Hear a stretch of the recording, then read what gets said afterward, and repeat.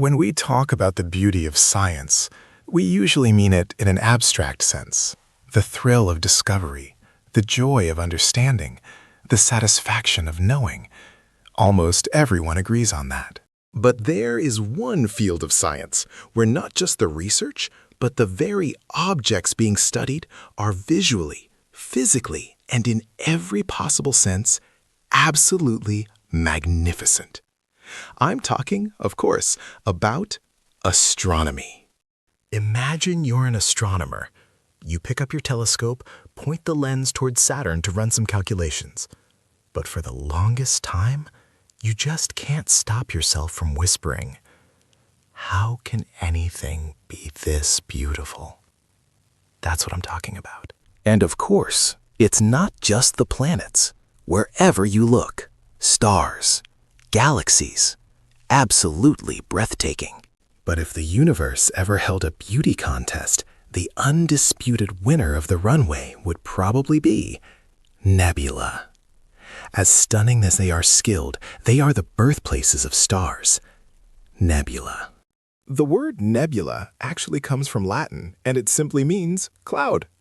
Unlike most of those exotic-sounding astronomical terms, this one is refreshingly literal. A cloud in space. That's exactly what it is. As we've touched on before, nebula are the birthplaces of stars. Our own sun came to life inside a gas cloud roughly 4.6 billion years ago. Born from the ashes of a star that died before it. Yes, our sun is literally made of stardust. A second-generation star, forged from the remains of something that came before. Nebula come in many different forms.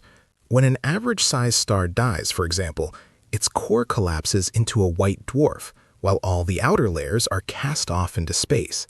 And as light from that tiny, scorching core shines through the expelled gas, it creates a cloud of extraordinary colors.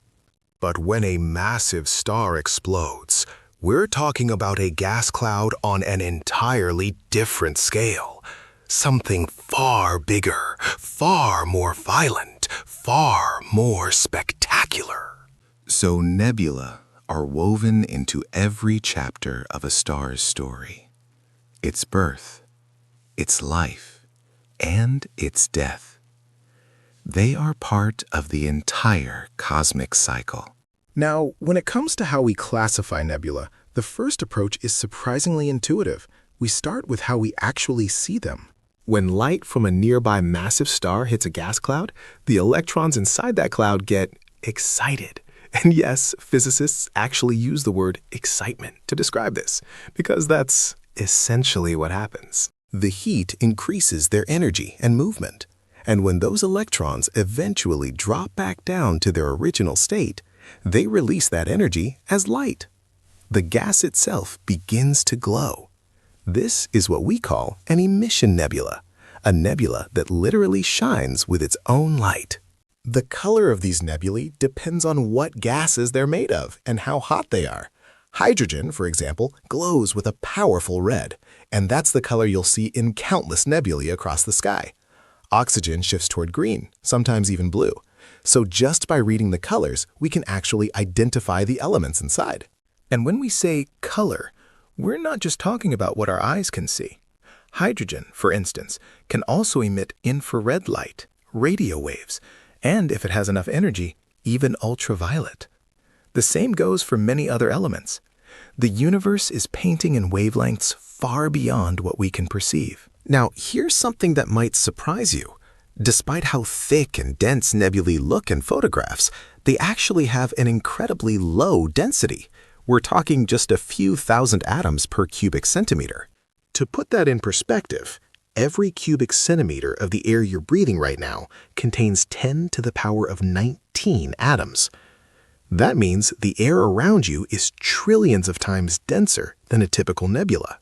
So, in essence, nebula are only slightly denser than the vacuum of space. The reason they look so rich and full is simply because they are enormous. Some stretch tens of light years across, and at that scale, even a near vacuum can hold enough matter to create something truly magnificent. Another type of nebula is the reflection nebula, and the name says it all. Unlike emission nebula, these don't generate their own light. Instead, they reflect the light of nearby stars, like cosmic mirrors scattered through space. The reason for this is that reflection nebulae are mostly made of dust, not gas. And in astronomy, a gas cloud and a dust cloud are very different things. Now, the word dust can be a bit misleading. Let's clear that up. We're not talking about the kind of dust you find under your couch. When astronomers say dust, they mean particles about 1 micron across. That's 100 times smaller than a human hair. And these tiny grains can contain silicates, aluminum oxide, or calcium. These dust grains are often bound together by complex molecules known as polycyclic aromatic hydrocarbons. Sounds fancy, right? But here's the thing. What we're really talking about is soot, the same black residue you'd find on an old wood-burning stove. Strike a match, and you're creating the exact same compounds found inside nebulae thousands of light years away. Now, one fascinating property of these dust clouds is their ability to scatter light. When light hits the cloud, it gets scattered in many different directions, and this scattering is directly related to wavelength. That's why blue light gets scattered widely, while red light passes straight through with barely any deflection. In denser clouds, the red light can't make it through at all, so all we see is the scattered blue. In thinner clouds, red passes through easily and the blue appears faint. In the densest clouds, even the red light is completely absorbed. And these different combinations of density and wavelength are what give us those incredibly diverse and beautiful images of nebula. With all of that in mind, let's take a look at one of the most famous nebula in the sky, the OrionNebula, also known as the Hunter's Nebula. This is an emission nebula, sitting just below the belt of the Orion constellation. In some parts of the world, you can actually see it with the naked eye on a clear night. At first glance, it might just look like another star. But even a simple pair of binoculars will show you that it's fuzzy, that it's something more. And when you point a good telescope at it with the right settings, its full magnificence unfolds before your eyes. This gas cloud is a true stellar nursery. Countless stars have been born here, some of them unbelievably bright. At its heart lies the trapezium cluster, 4 giant stars, each one vastly larger than our sun. They burn so fiercely that they illuminate the entire nebula, 20 light years across, turning it into something like a cosmic daylight. But here's the truly strange part about Orion. The nebula we can see, it's actually just a tiny fraction of something much, much larger. An invisible giant hiding in plain sight. Some of these dust clouds are so cold that atoms can bond together to form molecules. That's why astronomers call them molecular clouds. Cold, dark, and full of chemistry happening in the silence of space. The Orion Nebula sits inside a molecular cloud hundreds of light years across. And those giant stars within Orion, they've punched a small hole right through that massive dark cloud, creating a spectacular show of light in the middle of all that darkness. By the way, production in the Orion Nebula is still ongoing. Just as our own solar system started as a flat spinning disk, when we look at Orion today, we can actually see those disks. Brand new solar systems in the making. They're called protoplanetary disks. And right at the center of those disks, if you look carefully, you can see baby stars. Newborns. Still blazing hot, still millions of years away from igniting their fusion cores and becoming full-grown stars with planets of their own. Aren't they adorable? They're literally growing up right before our eyes. And then there's the Eagle Nebula, home to the pillars of creation, towering columns of gas and dust where new stars are being born. Perhaps the most spectacular structures we've ever seen in the entire universe. Another cosmic nursery, another masterpiece. But even these magnificent structures have an expiration date. The heat and light from the very stars born within them gradually eat away at the gas through a process called photoevaporation, erosion caused by photons, the children slowly consuming the cradle that made them. These pillars of creation won't look like this forever. The scorching young stars inside them are slowly tearing them apart. They will fade, they will disappear, but they'll leave behind the new stars they created. Their mission accomplished. On the other hand, some nebula are ruled by absolute chaos on the inside. Stellar winds compressing gas, shockwaves from stars being born or exploding.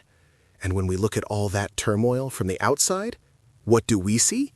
Beautiful patterns. Those beautiful patterns are actually reflections of the chaos within.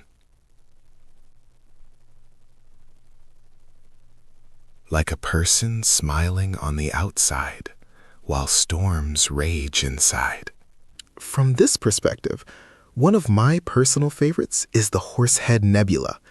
Located very close to Orion and shaped remarkably like a chess knight, it's one of the most visually striking objects in the sky.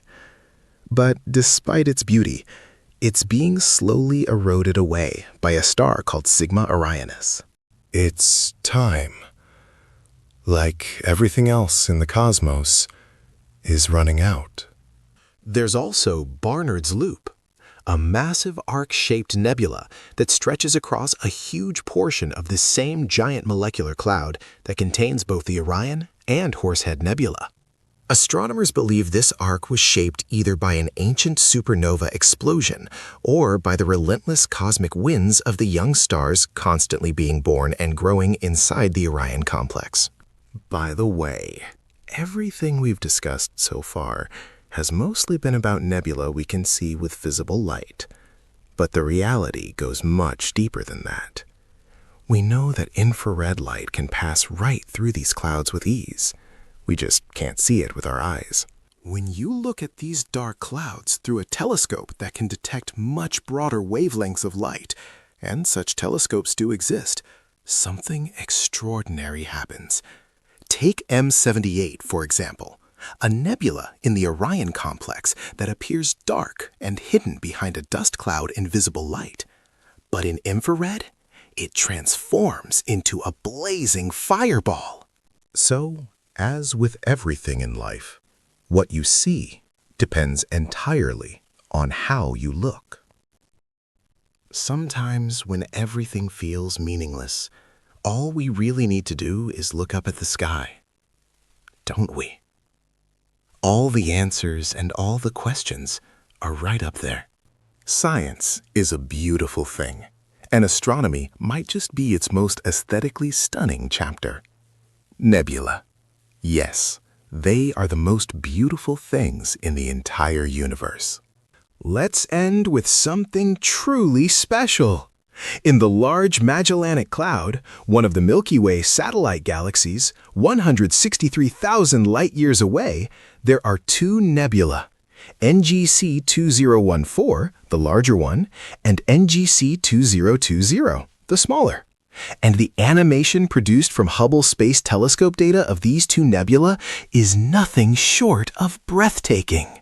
This region is also known as the Cosmic Reef, because when you look at it, it truly does resemble an underwater world from the depths of the ocean. A coral reef made of starlight and gas, floating 163,000 light-years from Earth. And as always, until we meet again, I'm glad you exist. Sending love.